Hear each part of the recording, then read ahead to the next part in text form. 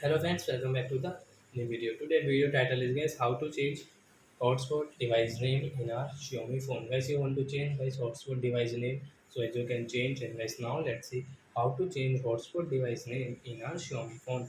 In this video guys, I am going to show you friends. First of all guys, open your phone setting to change your hotspot device name. Then guys, you can see this type of setting. So you will have to click on guys your portable hotspot. Then guys click on setup portable hotspot, and guys click on your hotspot device name, and guys we will cut this name. Guys new name guys you can change from yourself. So I will change it to guys my name. So example for guys I will take my name.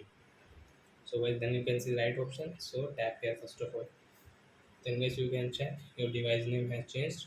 So when someone will like connect your net, so guys he will have to guys click on like Mukesh, guys he will get no, yes is Mukesh hotspot, so guys he can connect.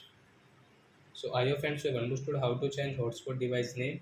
So that's it guys. Thanks for watching. So guys now we will meet on next video guys with new topic. Before going guys, please go and like my video, subscribe my channel. Bye bye friends.